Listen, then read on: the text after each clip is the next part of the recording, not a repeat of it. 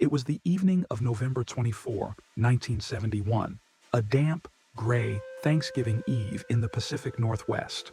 While most Americans were gathering around the dinner table with turkey and wine, a solitary man stepped into Portland International Airport carrying a black briefcase, a one-way ticket, and a name that would become legend, Dan Cooper.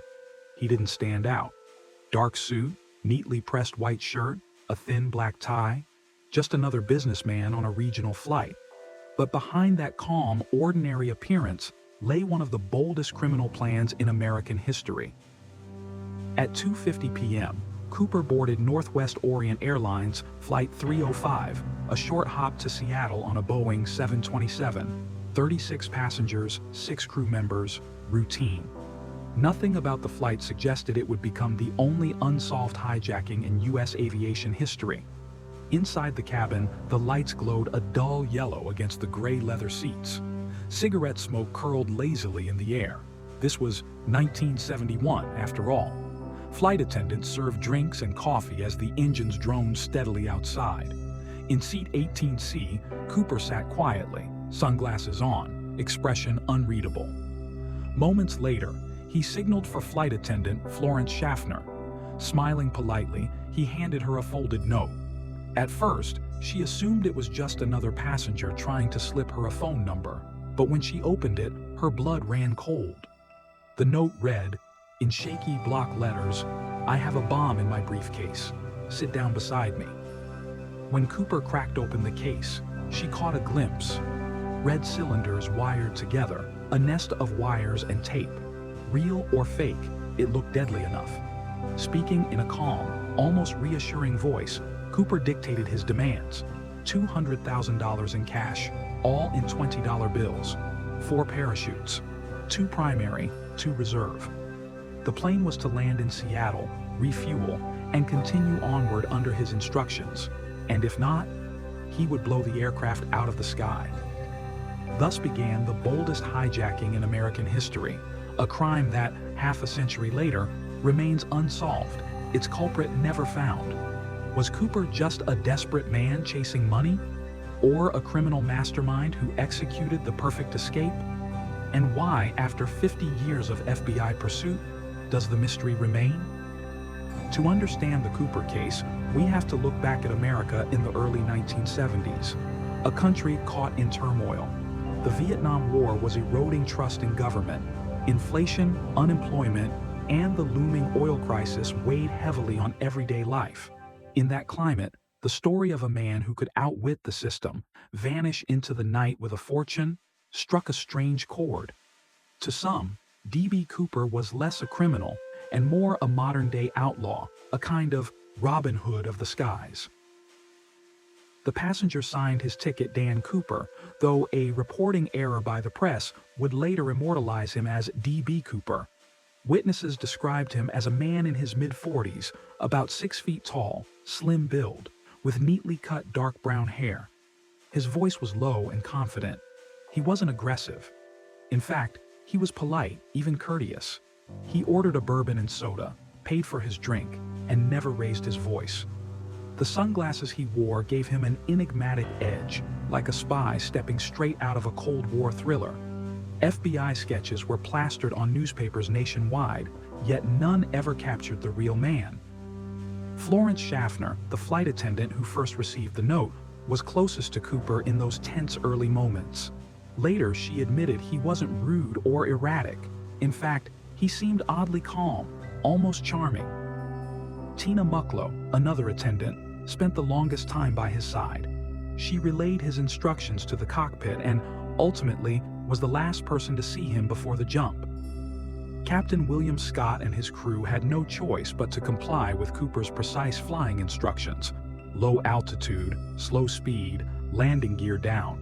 All conditions designed for one thing: a parachute escape. The FBI, an investigation's worst nightmare. By the time the plane touched down in Seattle, the FBI was mobilized in full force. But from the start, they were playing catch-up. Cooper left no fingerprints, no true identity, and almost no trace. Just a cheap black tie and a mother-of-pearl tie clip abandoned on his seat. What followed was the longest, most expensive investigation in U.S. aviation history, a file known as NORJAK, Northwest Hijacking. And yet, the Bureau was chasing a ghost. The United States has always had a peculiar affection for outlaws, figures like Jesse James or Bonnie and Clyde, who defied authority and captured the imagination. In the midst of national disillusionment, Cooper fit that mold. He became a cultural phenomenon. Newspapers covered him relentlessly. Songs were written about him. Bars named cocktails after him. Instead of fear, the public felt intrigue, even admiration, for the hijacker who outsmarted the system without harming a soul. The stage was set. A restless America, a mysterious gentleman hijacker, an airline crew turned reluctant witnesses, and an FBI struggling to catch a man who seemed to vanish into thin air. But the true drama was only beginning. When the Boeing 727 took off again that night, bound into stormy skies, Cooper was preparing for the boldest move of all, a jump that would cement his place in history. The night of November 24, 1971, grew colder and darker as Flight 305 sat refueling in Seattle. Outside, FBI agents scrambled across the tarmac, loading parachutes and bundles of cash into the aircraft. Inside, passengers, still unaware of the danger, were told it was only a minor delay. When the ransom was delivered, Cooper allowed the 36 passengers to leave. Not a single person had been harmed. All that remained on board were the pilots, 2 flight attendants, and a man whose name no one truly knew. At approximately 7:40 p.m., the plane took off again, heading south toward Mexico City. But this was no ordinary flight. Under Cooper's instructions, the Boeing 727 was flown at 10,000 feet, at a deliberately slow speed of 170 knots, with the landing gear partially lowered. Why? Because the 727 was one of the few aircraft at the time equipped with a rear stairway, perfect for a mid-air escape. Cooper remained strangely composed. He refused help with the parachutes, asked the attendants to sit in the cockpit, and spent long minutes alone in the rear cabin. From behind the closed curtains, the crew could hear the faint rustle of straps tightening, the metallic click of buckles being fastened. At one point, flight attendant Tina Mucklow peeked in. Cooper was tying the ransom cash into a bag with nylon cords, carefully securing it to his body. He looked up at her and in a low, steady voice said, "Everything will be just fine." At 8:13 p.m., somewhere over the dense forests of southwestern Washington, the cockpit crew felt the plane lurch. A sudden change in pressure. Warning lights blinked. The rear stair had been deployed. The pilots turned back, shouting into the radio, but the storm outside swallowed their words. Rain slashed across the fuselage. Lightning flickered across black skies. And then, just like that, he was gone. D.B. Cooper had leapt into the freezing November night, vanishing into 40-degree rain, 60-mile-per-hour winds, and the endless wilderness below. The impossible escape. The conditions were brutal. Wearing only a suit, thin loafers, and no helmet, Cooper faced near impossible odds. Experts later argued no man could have survived such a jump, but the undeniable fact remained. When the FBI scoured the forest below, they found nothing. No body, no parachute, no money, just an open stairway and a mystery that would haunt investigators for decades. That night, the line between man and myth blurred. Had Cooper perished in the wilderness, his body lost forever among the trees? Or had he pulled off the impossible, slipping away into the storm, vanishing into the American night with a fortune strapped to his chest? The morning after the hijacking, America woke to headlines that sounded more like the plot of a Hollywood thriller than a real event. Man parachutes from plane with $200,000. The story spread like wildfire. Who was this man? Where had he gone? And most pressing of all, was he still alive? The FBI immediately launched NORJAK, the Northwest Hijacking Investigation, the most extensive manhunt in aviation history. Armed agents swept across Oregon and Washington. Helicopters buzzed low over pine forests. Search teams slogged through freezing rain and mud, combing every ravine and riverbed where Cooper might have landed. But day after day, week after week, there was nothing. No parachute, no clothing, no body. It was as if Cooper had simply vanished into the air. The crew members who had been forced to play unwilling roles in the drama were now the FBI's key witnesses. Tina Mucklow underwent hours of interviews, repeating every word Cooper had spoken, every gesture he made. Florence Schaffner recounted the chilling moment she first saw the supposed bomb. Captain Scott and his flight officers gave technical details, including Cooper's specific flight path and the precise moment the rear stair lowered. Despite their cooperation, the description was frustratingly generic. A middle-aged white man, dark hair, ordinary build, polite, composed, nothing to make him stand out in a crowd. The suspects multiplied. Within weeks, the FBI was flooded with leads. Former paratroopers, ex-cons, drifters, even ordinary men accused by jealous neighbors or estranged wives. At its peak, the Bureau investigated over 1,000 potential suspects. One name stood out, Richard Floyd McCoy, a Vietnam veteran who staged a similar hijacking months later, parachuting with ransom money. But he was quickly ruled out.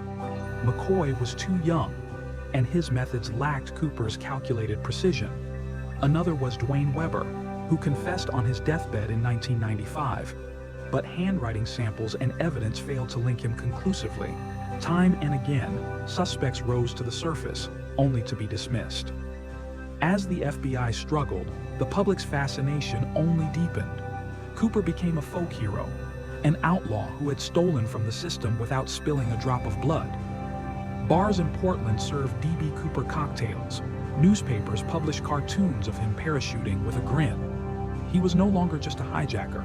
He was a symbol, a mystery, and in some ways, an anti-establishment icon.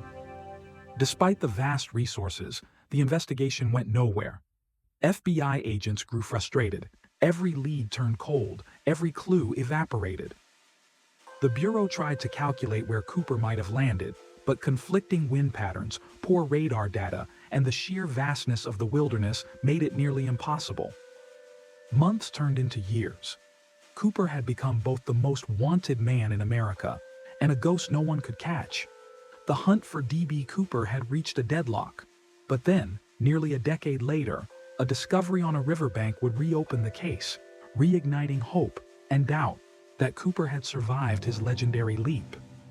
For nearly a decade, the trail of D.B. Cooper had gone cold. No parachute, no body, no money, nothing. The FBI's files swelled to thousands of pages, but the man himself had seemingly vanished into thin air.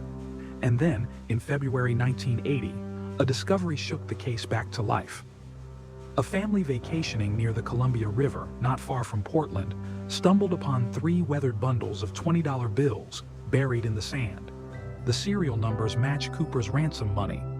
It was the first physical evidence tied directly to the hijacking. But instead of answers, it raised more questions.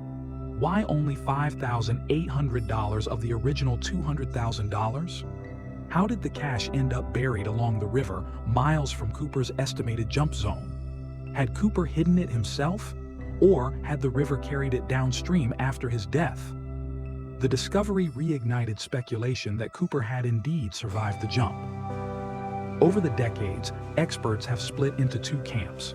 The skeptics argue Cooper never stood a chance. He leapt into freezing rain, high winds, and pitch darkness, wearing nothing but a business suit and loafers.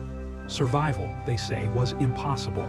The money on the riverbank, to them, was proof he perished in the wilderness. The believers, however, point to his meticulous planning.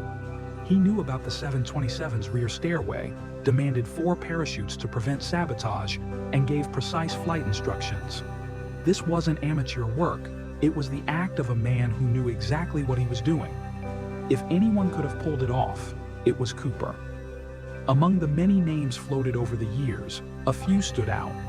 Kenneth Christensen, a former paratrooper and flight attendant, matched aspects of the description. His family even claimed he confessed indirectly before his death, but no hard evidence tied him to the crime. Robert Rackstraw, a Vietnam veteran with survival training, seemed to fit the profile. In later years, Journalists and amateur sleuths accused him of being Cooper, but the FBI dismissed the case as circumstantial. Dwayne Weber, who whispered, "I'm Dan Cooper," on his deathbed, captured headlines. Yet forensic tests again came up empty. Each suspect carried pieces of the puzzle, but never the whole picture. By the 1980s and 90s, D.B. Cooper had become more than a fugitive. He was a cultural icon. Songs were written in his honor. Novels and films reimagined his escape. Every year, locals in Washington celebrated Cooper Day, raising a glass to the man who vanished into legend. To the public, Cooper wasn't a terrorist. He hadn't killed anyone. He was daring, mysterious, and almost romantic. In a nation weary of corruption and scandal, he was the outlaw who outsmarted authority. The Cooper case changed aviation forever. Within months of the hijacking, airlines installed what became known as the Cooper vane, a mechanical device preventing the 727's rear stair from being lowered in flight. The era of easy skyjackings was over. Security tightened, ticketing rules changed, and airports began the long path toward the heavily screened world we know today. Even so, one fact remained: Cooper had slipped away. Whether alive or dead, he had etched his name into American legend, leaving behind a riddle no one could solve. But if Cooper's story seemed to end there, it didn't. Decades later, as the FBI finally closed the case, a single question still echoed through history. Who was D.B. Cooper? Half a century has passed since the night D.B. Cooper stepped out of a Boeing 727 and into legend. Yet even now, his story refuses to fade. It lingers in the headlines, in documentaries, in late-night debates among amateur sleuths and professional investigators alike. Because the truth is this: we still don't know who he was or what became of him. For decades, the FBI pursued the case with relentless energy. Agents interviewed over 1,000 suspects, tested fingerprints, and even analyzed DNA from a tie Cooper left behind on the plane. But by 2016, after 45 years of dead ends, the Bureau officially closed the investigation. Their statement was blunt: resources had to be directed elsewhere. The D.B. Cooper case would remain unsolved. Yet to the public, it felt less like closure and more like surrender. To this day, theories swirl like smoke. The survivalist theory. Cooper lived, blending into society under a new identity, perhaps sitting quietly at a bar somewhere, chuckling at the myth he had become. The death in the woods. Theory. His parachute failed, or the freezing winds claimed him, his body swallowed by the vast forests, never to be found. The inside job. Theory. Some argue he may have been connected to the airline industry, explaining his uncanny knowledge of the 727's rear stair system. Each theory seems plausible. Each theory has holes. What makes the Cooper case so magnetic isn't just the crime, it's the silence that followed. No confirmed sightings, no traceable money in circulation, no body. Just a man in a suit who walked onto a plane, demanded $200,000, and walked into myth. Over time, Cooper became less of a criminal and more of a symbol of rebellion, of mystery, of the tantalizing possibility that someone, somehow, could vanish without a trace in modern America. Even now, every few years, a new confession surfaces, a new suspect is suggested, a new discovery reignites speculation, yet none have ever provided the final, definitive answer. And perhaps that is why the story endures. Because D.B. Cooper is no longer just a man, he is a question, a riddle carved into American history, one that may never be solved. On that stormy night in 1971, when Cooper leapt from the rear stairway of Flight 305, he didn't just disappear into the darkness, he disappeared into legend. But ask yourself this: did he die in the wilderness that night? Or did he land safely, dust off his suit, and simply walk away, forever, one step ahead of the law? Because here's the truth: the case isn't really closed. Not in the minds of the people who still whisper his name. And maybe, just maybe, that's exactly how Cooper wanted it. But is that really the whole story? Or just the beginning of a mystery we'll never unravel?